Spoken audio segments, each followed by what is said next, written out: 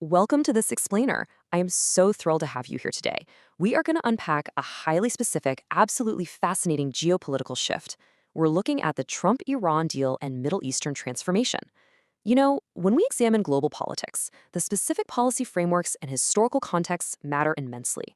So today, we're going to break down the actual mechanics of this major policy pivot, moving way past the headlines to explore the monumental ideas, the strategic realignments, and the real-world consequences it brought to the table. Right off the bat, the underlying premise here hits us with a massive question. Will this change the Middle East forever? And that's not just asking about a temporary policy shift, right? It's asking about a permanent, fundamental alteration of one of the most complex geopolitical landscapes on Earth. The Middle East is literally a web of deep-seated historical rivalries, sectarian divides, and super delicate power balances.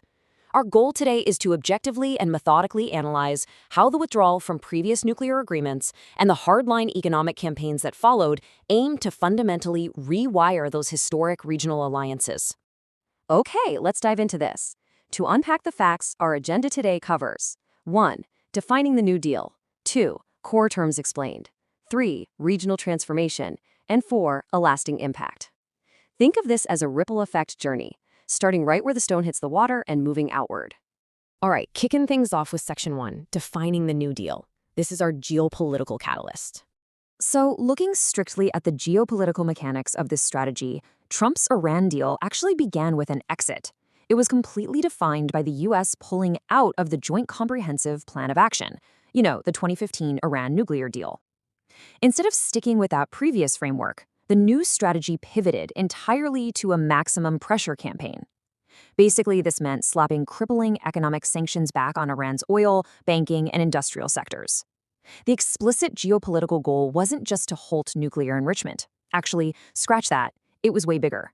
It was about forcing a brand new, much broader treaty, one that would also heavily restrict ballistic missile programs and completely cut off funding to proxy militant groups across the region. This aggressive pivot away from engagement, straight toward total economic isolation, is the exact catalyst we're analyzing today. Moving right along to Section 2, Core Terms Explained. Let's really unpack the mechanics of this agreement. So the crucial point here is how these specific policy levers were intended to trigger a broader Middle Eastern transformation. Because that withdrawal and the maximum pressure campaign, they definitely weren't operating in a vacuum. By heavily isolating Iran, both economically and diplomatically, the strategy actively shifted the incentive structures for neighboring countries. All that pressure on Tehran served as this massive unifying mechanism for Gulf Arab states and Israel, who already shared mutual security concerns regarding Iranian regional influence. The aggressive posture of the new policy acted as the direct lever meant to consolidate a changing region. It was pushing historical adversaries to quietly, and eventually openly, align over a common geopolitical rival. Which brings us perfectly to Section 3, Regional Transformation. Let's shift our focus fully to that ripple effect. And this brilliantly illustrates the core tension of the entire strategy. We're looking at a really stark contrast between the historical geopolitical baseline and the proposed transformation.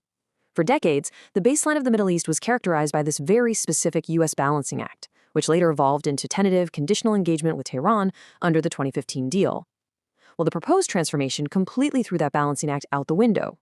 Instead, it forced a clear, binary choice. Nations were either aligned with the U.S. economic blockade, or they weren't.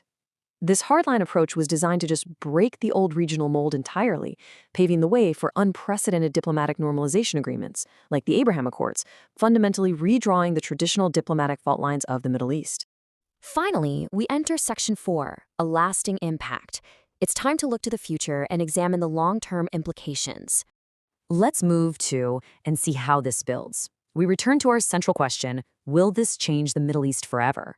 To weigh the actual durability of his policy shift, we have to look directly at the deep, historical currents of the region.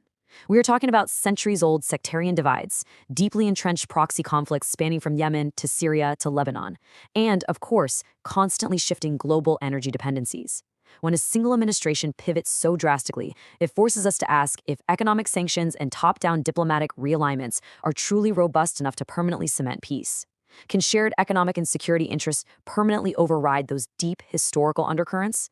Because in international relations, alliances are constantly tested by the heavy weight of history. Which leaves us with this final, powerful thought.